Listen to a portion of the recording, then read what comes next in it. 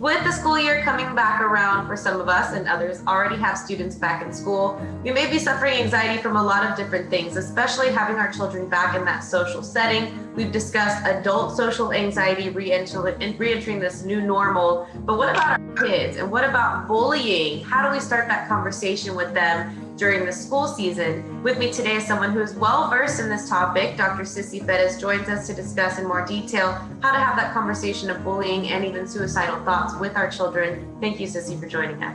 Thank you for the invitation. Absolutely. So let's just start with the first topic. How do we prep our kids? A lot of them haven't been in that social setting for such a long time. They were in the Zoom world. They didn't have to worry about passing kids in the hallway or having people judge them on their physical appearance or how they do in school. How do we prepare them and have that conversation with them as the school year approaches?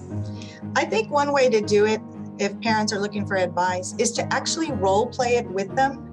And I, as a parent, have even done that with my own children, where I role played and I said, okay, this is what's going to happen probably the first day of school as you're walking down the hallways. You're going to be looking around, you're going to be seeing who's looking at me. It doesn't mean they're looking at you in a bad way or looking to hurt you or harm you or to, harass you. It just means they're in the same boat as you. They're just as nervous about being there that first day as everybody else is.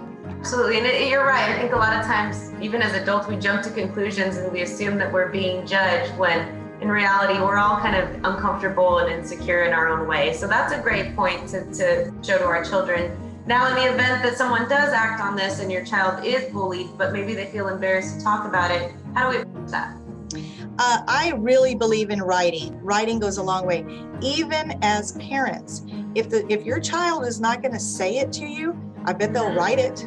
Even if you're cooking or something and you have them sitting down somewhere and just say, look, just write me a little something. What were you most excited about today? And what were you most worried about today? And that'll open up some dialogue. Very cool. Definitely a unique approach to having that conversation without making them feel pressured or uncomfortable. Now, you mentioned cliques, and sometimes your kid is the bully. They may be a part of what we say is the problem. And of course, sometimes the bully has the most issues out of anyone or the most insecurities out of everyone. So how do we talk to our kid if we find out they're the ones that are bullying other children in class? Well, unfortunately, some of the bullies, that's learned behavior definitely from parents sometimes, or from adults in their environment.